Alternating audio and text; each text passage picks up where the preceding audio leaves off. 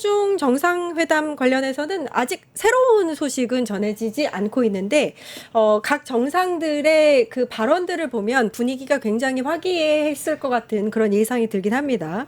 그래도 결과는 아직 안 나왔지만 우리가 이렇게 주요 의제로 다뤄질 거가 몇 가지가 있었다는 건 알고 있잖아요. 그거를 한번 잠깐 정리를 해볼까요? 한반도 비핵화도 의제였었고, 아까 말씀하셨는데 한학령 폐지도 아마 언급이 될 거라고 예상이 됐었고요. 여러 가지가 있었습니다. 정리를 좀 해주시죠.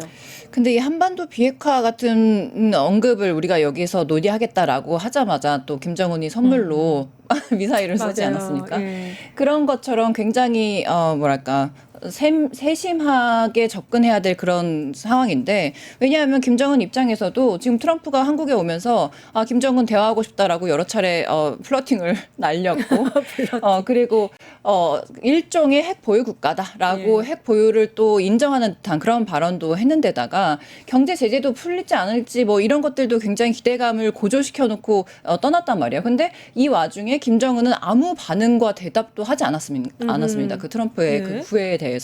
그런데 한중이 마주 앉은 자리에서 어떤 굉장히 민감한 그리고 정치적으로 이슈가 되는 그런 일들을 어디까지 풀어낼 수 있을까라는 어떤 의문은 있는데, 왜냐하면 지금 중국 시진핑 주석이 11년 만에 한국에 방한을 한 것이고 이재명 대통령과는 지금 처음으로 만나는 겁니다. 그러니까 여기에서 굉장히 세밀한 어떤 뭐 속 이야기까지 하는 그런 자리보다는 우리가 지금부터 인사도 하고 대화도 트고 그리고 앞으로 경제 협력이라던가 동반자적인 관계를 이어나가자라는 좋은 분위기와 무드를 지금 만들어 놔야 앞으로 또 있을 뭐 어떤 세부 협상이라던가 아니면 정상들 간의 만남이라던가 그럴 때 더 많은 요구와 뭐 결과들을 우리가 얻을 수 있는 것이지, 지금 한 번 만남으로 굉장히 많은 것을 기대하고 얻는 것은 사실상 불가능하지 않을까라는 생각은 듭니다. 예. 그러니까 시 주석하고 이제 문화공연 관람하는데 그 나비가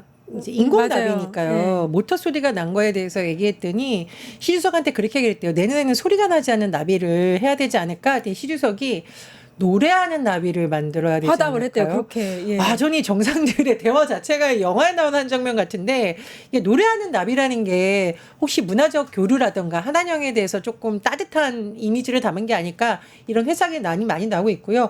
어쨌든 우리나라도 최근에 보면 중국 관광객들에 대한 여러 가지 비자 문제라던가 또 협정 시위에 대해서 하지 말라고 한다든가 국가적 차원 노력 굉장히 많이 하고 있습니다. 예. 그래서 이번 에이펙을 계기로 정말 이 나비처럼 서로가 아름답게 날아다닐 수 있는 그런 것이 됐으면 좋겠다는 생각이 들고요. 또 중국에서도 나비가 부활, 장수, 희망 이런 걸 의미한다고 하는데, 제가 사실 중국 옛날 취재 갈 때 이 나비 달고 다니면 사람들이 항상 이렇게 나비가 그런 의미다 얘기를 많이 해주셨거든요. 그랬군요. 어쨌든 이 노래하는 나비 한한령 해제에 많이 도움이 돼서 우리 K컬처의 위상이 더 높아지고, 또 중국에서도 K컬처에 대한 수요가 굉장히 높은 걸로 알고 있습니다. 예. 그런 부분 잘 됐으면 좋겠네요. 아니, 저는 사실 노래하는 나비를 시진핑 주석이 이야기할 때 어떤 느낌이 좀 반대로 들었냐면, 아니 노래하는 나비의 기술력까지 중국 아니, 너무 또 나갔습니까? 그렇게 또. 아니 예. 그렇다고 하면 지금 AI가 중요한 이 상황에서 양국의 정말 교류, 경제 협력 이런 것들을 차곡차곡 더 쌓아 나가야겠다. 왜냐하면 중국에서도 트럼프 미국의 압박이 굉장히 심해지는 이 가운데 사실 중국이 원하는, 그리고 앞으로 더 협력해야 되는 파트너는 바로 한국입니다. 그렇죠. 그러니까 이 부분을 또 실용주의를 내세우는 이재명 대통령이 잘 활용해서 노래하는 나비를 함께 만들면 좋겠다. 중국이 요즘에 로보틱스에 굉장한 관심을 갖고 투자를 엄청 하고 있는데, 제가 봤을 때 노래하는 나비 내년에 볼 수 있을 것 같아요. 원합니다. 어쨌든 나비가 선전까지 날아와서 노래하면 좋겠다, 이 말을 굉장히 저는 멋지다. 의미 있게 들었고요. 품격 있는 정상 간의 대화였다는 생각이 예. 듭니다. 이제 트럼프 대통령은 이제 품격이라기보다는 굉장히 직자적이고 이벤트적이었다면, 네. 한중 간의 대화와 선물과 어떤 이 쓰는 용어 자체가 굉장히 문학적이고 아름다웠다는 생각이 듭니다. 분위기 다르네요. 또 분위기 달랐던 게, 사실 오늘 한중 정상회담 때 양국의 그 정상들의 표정을 보면 굉장히 밝았거든요. 근데 그 중일 정상회담 있지 않습니까? 다카이치랑 시진핑의 이 표정이 굉장히 좀 제가 만약에 그 옆에 이제 있는 보좌진이었으면 아니 관료였으면 엄청 진짜 불안했을 것 같아요. 근데 이제 제가 보기에 시진핑 중국 국가주석, 다카이치 일본 총리가 해외 언론에 이 기싸움을 하는 걸 아주 극적으로 보여줬다는 생각이 들어요. 네. 그러니까 너무 직접적 충돌은 하진 않지만 각 국가가 말하고 싶은 얘기는 그래도 다 한 것 했어요. 같습니다. 저는 이 무라야마 회담을 맞았다는 거에서 정말 이 중국이 참고 그 참다가 얘기를 했어요. 언급을 했다라는 건 했어요. 뭐예요? 이 솔직히 여자 아베라고 불리는 다카이치 총리한테 과거사 문제에 대해서 함부로 하지 말아라라는 걸 아주 정면으로 얘기한 거고, 당신들이 그래도 참여하고 반성했던 모습을 과거로 돌리려고 하냐, 이 말 아주 상징적으로 한 거고, 다카이치 총리도 그냥 있지 않았잖아요. 센카쿠 문제 뭐 이런 거 막 언급하면서 진짜 예민한 영토 문제 이런 걸 건드린 거거든요. 그러니까 저는 이게 해외 외신에 보여주는 모습이기도 하고, 특히 다카이치 총리 같은 경우나 시진핑 총리도 이번 회담에서 시진핑 총리는 중국의 인민에게 소위, 어허. 다카이치 총리는 본인을 지지했던 강경 보수층에게 그렇죠.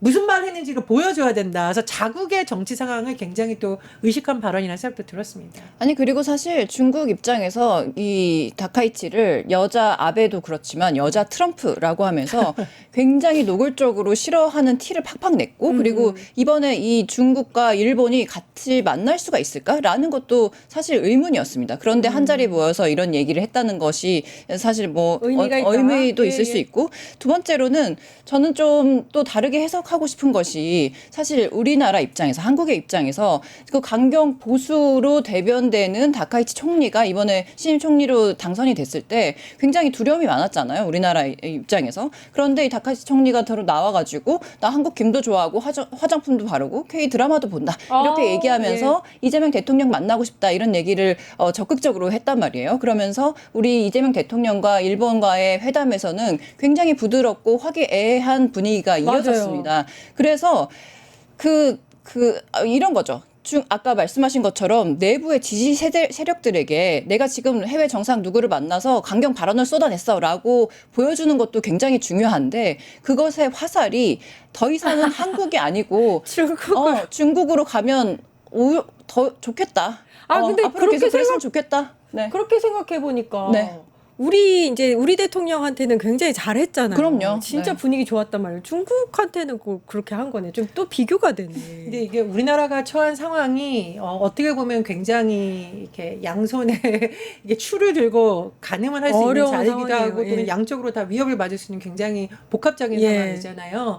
그러니까 시진핑 주석과의 만찬 자리에 특정 기업인들이 참석할까 말까라는 이 말 자체가 나오는 게 마스가 프로젝트, 즉 미국이 하고 있는 프로젝트에 참여하는 것을 해야 되는데 중국과의 만찬에 참석해야 되느냐, 이거 고민한다는 것 자체가 지금 한반도가 처한 상황이 참 녹록치는 않다. 우리 경제가, 정치가, 외교가 처한 상황이 참 어려운 상황에 놓여 있다는 걸 단적으로 보여주는 건데, 예. 어쨌든 이재명 대통령이 이런 상황 하나하나 풀고 가고 있는 거고, 다카이치 총리와 이 시진핑 주석의 식경전은 사실 이런 의미도 있겠죠. 트럼프 대통령의 이번에 아시아 방문 자체가 대중 견제에 의미를 담고 있다는 건 전 세계가 모두 아는 사실입니다. 그래서 미국은 지금 일본과 한국을 통해서 중국을 견제하겠다라는 심리를 노골적으로 드러내고 있는 상황에서 일본은 더더군다나 보란 듯이 중국과 각을 세우고 있다. 그런 생각도 듭니다. 그렇게 보면 되겠군요. 민주소시민님께서 5,000원 쏘셨어요. 감사합니다. 감사합니다. 일단 댓글을 쓰셨으니까 제가 어떤 이게 그 편견이나 의견이나 주장을 담지 않고 그냥 댓글만 읽어드리면, 모든 언론에서 안 다루는 것이 200억 불 10년에 걸쳐 투자한다고 하는 진정한 의미는 이잼 임기 동안 투자한다고 하는 의미다. 고로 이잼 임기 10년을 한다는 함축 의미다.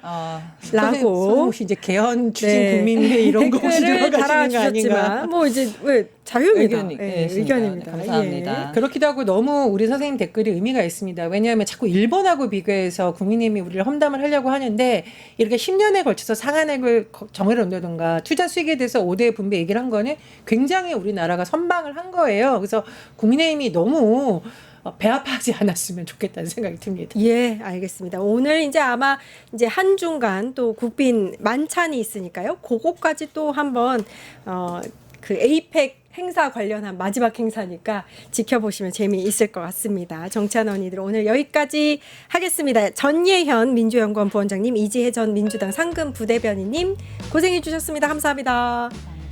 네, 저는 내일 4시 50분에 다시 찾아뵙겠습니다. 함께해 주신 여러분 감사합니다.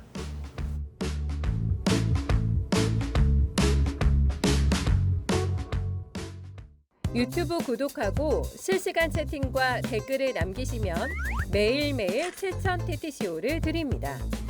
참여 방법은 통통물 어플을 다운로드하고 회원가입과 로그인을 해주세요. 마이페이지에서 나의 회원 고유 번호를 복사해주세요. 유튜브 구독 후 실시간 채팅이나 댓글창에 고유 번호를 한 번만 입력하면 준비 끝! 지금 유튜브 채팅과 댓글 쓰기 참여하고 7,000TTCO 받아가세요.